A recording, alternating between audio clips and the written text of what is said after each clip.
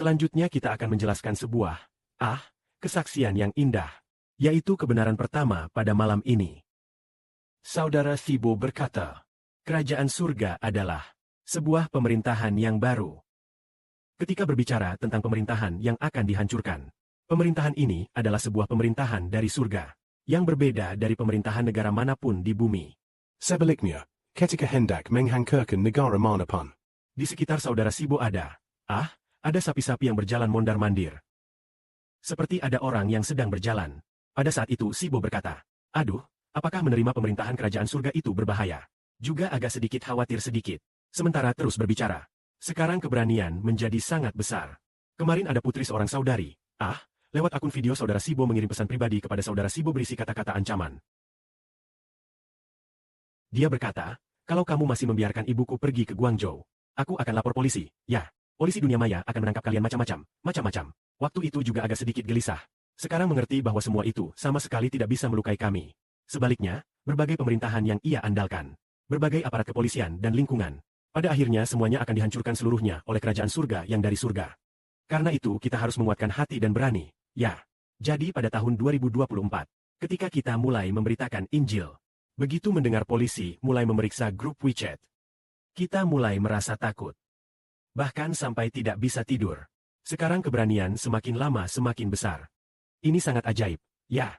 Bapa membuat kita pada awalnya penakut. Kemudian keberanian menjadi semakin lama semakin besar. Awalnya bertanya, bagaimana kamu bisa berbicara tentang pemerintah dan pemerintahan? Yaitu hari ini karena satu hal. Yaitu Tuhan Yesus Kristus dalam mimpi berkata kepada Thibault, Tuhan Yesus Kristus akan menghancurkan pemerintahan iblis. Ya. Yaitu Tuhan Yesus Kristus akan membuat pemerintahan iblis runtuh. Begitu mendengar kalimat ini, di dalam hati mulai timbul keberanian. Langsung ada keberanian. Mengetahui bahwa Tuhan Yesus sudah di surga. Memegang otoritas yang sesuai dan mulai menyerang segala bangsa dan suku. Jadi, sejak zaman dahulu, para guru dan murid ketika memberitakan Injil sangat jarang berbicara tentang kerajaan surga. Sangat jarang menyebutnya, bahkan tidak menyebut. Sangat jarang menyebut. Hanya Tuhan Yesus Kristus yang menyebut sedikit. Lalu, ketika sampai pada kitab Wahyu barulah ada otoritas dari surga. Tetapi ketika sampai pada zaman pemilihan kita ini. Ketika mengenal Injil, kita juga tidak tahu apa itu kerajaan surga. Karena orang berkata, oh, kerajaan surga adalah semacam dunia ideal tertentu. Sekarang kita mengerti bahwa itu adalah sebuah otoritas yang akan segera memerintah seluruh dunia. Dan otoritas ini, seiring dengan munculnya satu orang, otoritas ini akan semakin menampakkan otoritas Allah yang memerintah segala sesuatu. Orang ini adalah hamba Allah. Juga adalah anak Tuhan. Juga anak Bapa Surgawi. Yaitu anak yang disebut Israel ini. Yaitu munculnya saudara Thibault. Yaitu mulai menjelaskan.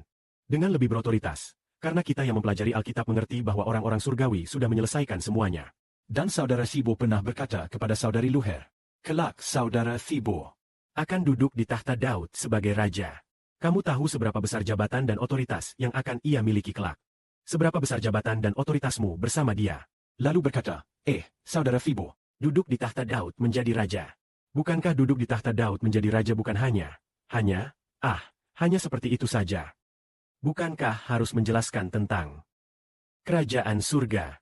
Manusia tidak boleh menjadi milik kerajaan di bumi. Jika berada di bawah pemerintahan para penguasa di bumi, maka para penguasa di bumi akan menyesatkan manusia.